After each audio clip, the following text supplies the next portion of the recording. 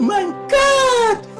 Wow! Yes, good morning mga kaasidik. Araw ng linggo ngayon. Paglabas namin galing sa simbahan, bumili kami ng kamuti mga kaasidik dahil itong kamuti na to ay masarap daw. Okay dito ang pagkabili namin ng kamuti mga kaasidik dahil 50 lang ang kilo. Doon sa unahan ay 20 pesos. Ang ganda ng laman kasing kulay sa tinapay na liwayway na ginagawa ni ng MB na taga Barangay Pawikan. Kung may magtanong kung bakit Barangay Pawikan ang pangalan, ito ang sagot. Hindi lang Pawikan, mayroon pa silang Purok Butiti.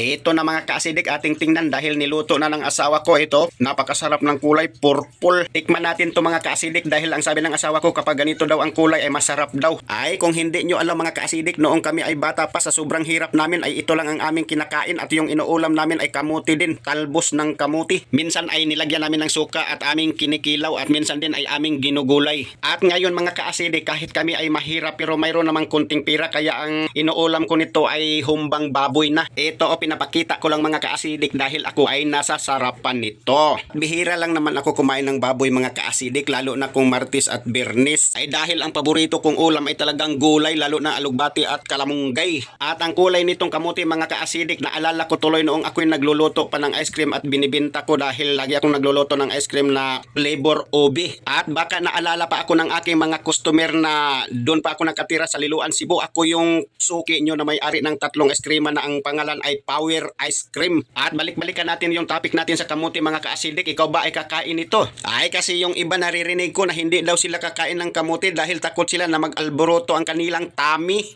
Oh no! Pero ako mga kaasidik, hindi ko na yan inisip dahil sanay ako sa meron at sanay sa wala. At ito na yon ang sinasabi namin na kaming mga mahirap ay kumakain kami ng graba. Ito yung ibig sabihin namin na graba. Kamote yon. Alright, thank you for watching mga kaasidik.